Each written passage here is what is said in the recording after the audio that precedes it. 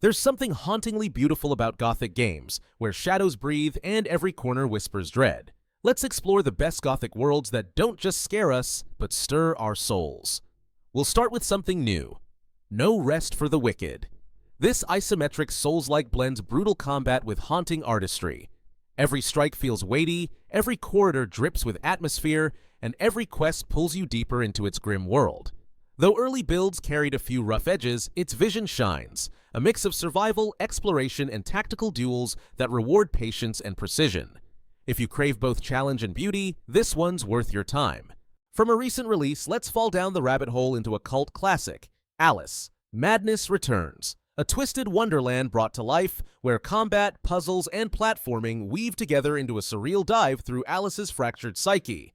Its Gothic art direction is unforgettable, graceful, grotesque, and dripping with style. While some levels drag on too long, the upgrade system, soundtrack, and narrative heart ensure the journey is as disturbing as it is mesmerizing. Few games capture madness so elegantly. Shifting from fairy tales to heavy metal fantasy, Brütal Legend stands in a league of its own. Part hack and slash, part open world, part RTS, and all metal. Jack Black's voice work and an unrelenting soundtrack give this world a wild personality. The tonal blend doesn't always work. Its strategy sections feel clunkier than its combat, but the sheer commitment to its world makes it legendary. For metal fans, it's less a game and more a pilgrimage. Of course, no Gothic lineup would be complete without a nod to Castlevania's legacy. Enter Bloodstained: Ritual of the Night, a richly designed Metroidvania with shard powers, deep exploration, and endless combat variety.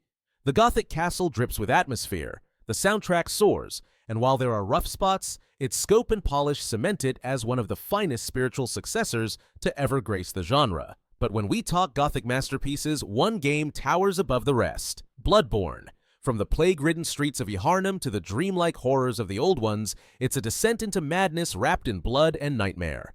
Its combat pushes you to be aggressive yet precise, while its storytelling hides in whispers, notes, and dreadful revelations.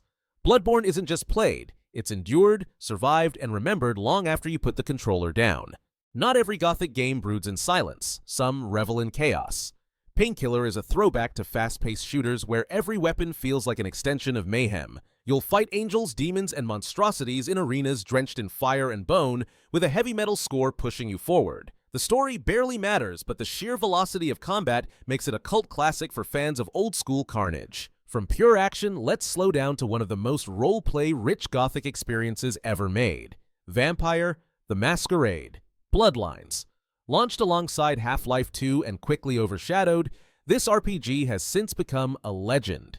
Few games offer such deep role-playing, where your choices as a fledgling vampire ripple through a dark Los Angeles dripping with intrigue. Flawed at release, it's now polished by fan patches into the masterpiece it always deserved to be.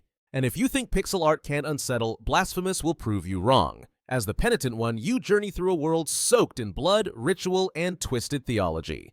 Its bosses are grotesque, its story steeped in religious imagery, and its art direction some of the most striking ever put to screen. Brutal, punishing, and unforgettable, it's Gothic despair chiseled into pixels. On the other hand, Vampyr takes a slower, more narrative-driven approach. As Dr. Jonathan Reed, you balance your duty to heal with your hunger for blood. The combat can feel uneven, but the moral weight of your choices, who lives, who dies, who you drain to survive, anchors the experience. Its moody London setting and tragic atmosphere give it a Gothic soul few modern games attempt. Finally, let's end with a return to power. V Rising drops you into the role of a weakened vampire clawing your way back to dominance. Build castles, enslave thralls, fight rivals, and fear the rising sun itself. Blending survival mechanics with Gothic flair, it thrives as both a solo journey and a multiplayer blood feud. It's a rare mix of strategy and savagery, capturing the essence of vampiric power better than most games ever dared.